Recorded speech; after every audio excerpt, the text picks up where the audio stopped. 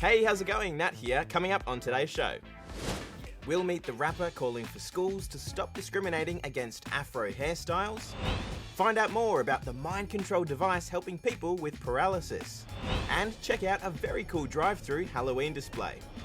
But before we get started, why don't you do us a big favour and hit that subscribe button. First up today, to the Aussie rapper who's fighting for kids' rights to wear their natural hair. James Emanuel, or Jamaz on Mars, has started a petition calling on governments to make it illegal to discriminate against Afro-textured or protective styles. First off, let me get this off my chest.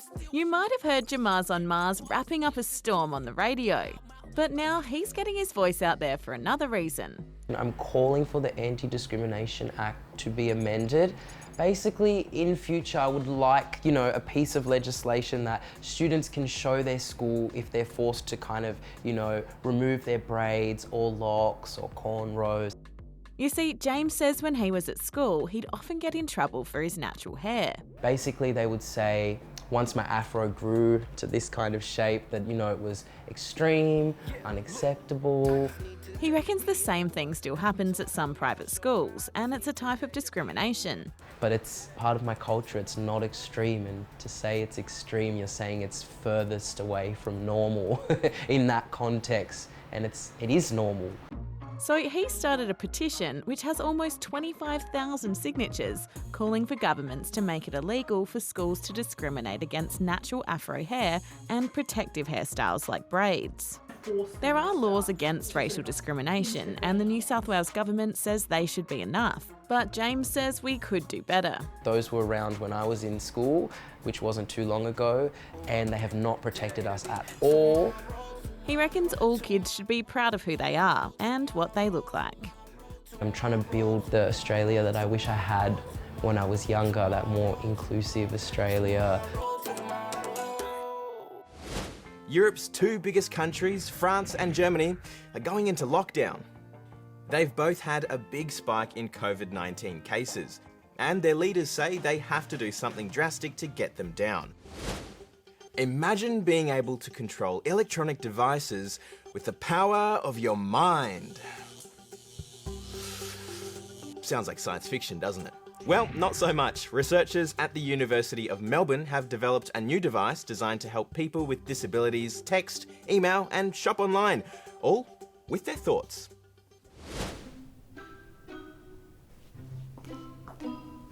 Joe, what are you doing? Shh. I'm trying to change the channel with my brain. Mind control used to be something reserved for superheroes. Well, not anymore. Researchers at the Royal Melbourne Hospital have developed this groundbreaking piece of tech. It's a little device called the Stentrode that allows people to control electronic devices with their thoughts. Is it magic? How does it work? Yeah, pretty much.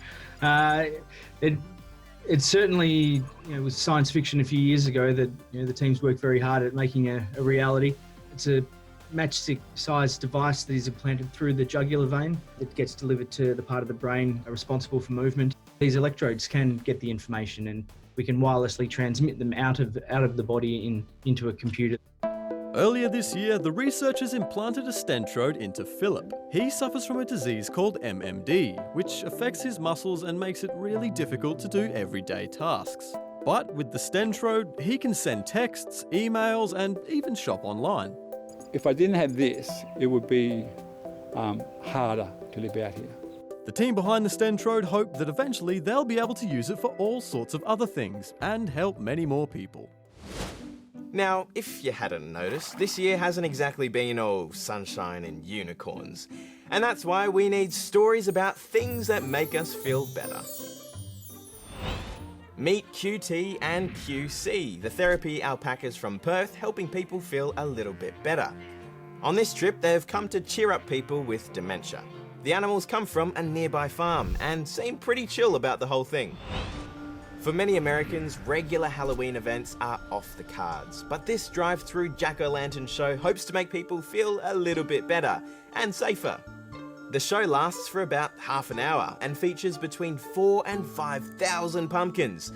That's a lot of soup. And if you still don't feel better, well, chocolate always helps. At least Pierre Marcolini thinks so. The Belgian chocolatier has just been named the world's best pastry chef, and he says right now what the world really needs is chocolate. Ain't that the truth? Well, that's all from us today. In the meantime, why don't you hit subscribe? Go on. Chocolate.